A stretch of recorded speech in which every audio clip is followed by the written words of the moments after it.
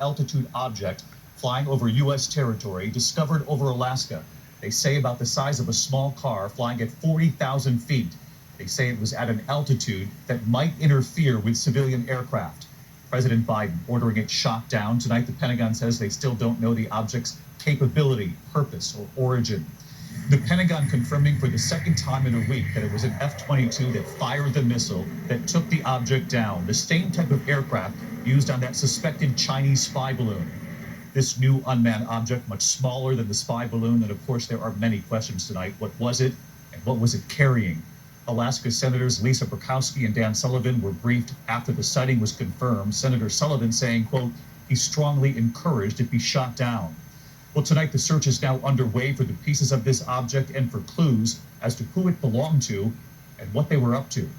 ABC's Chief Global Affairs Correspondent Martha Raddatz leading us off with late reporting from Washington tonight. The unidentified object, about the size of a small car, was first spotted in the skies over Alaska last night. The military sending up fighter jets to check it out. And this afternoon, the commander-in-chief giving the order, shoot it down. Do you have anything to say about the object shot down over Alaska, Mr. President? The Pentagon still knows little about the object. It is now sitting on the Arctic ice, waiting to be recovered. A senior official describes it to ABC as cylindrical and silverish gray. The object was flying at an altitude of 40,000 feet and posed a reasonable threat to the safety of civilian flight.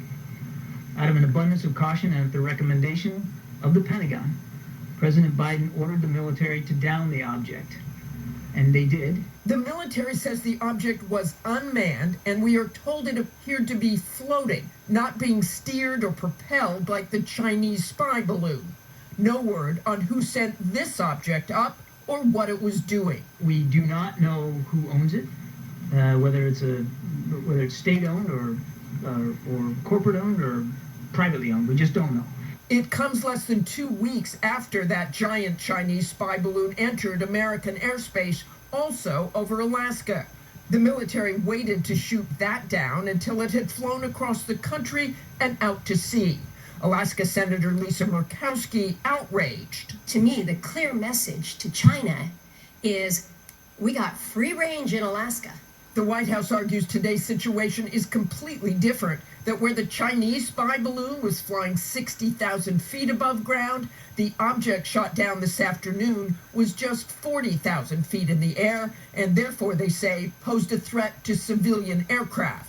I can tell you that the president doesn't regret the way that we handled the first balloon.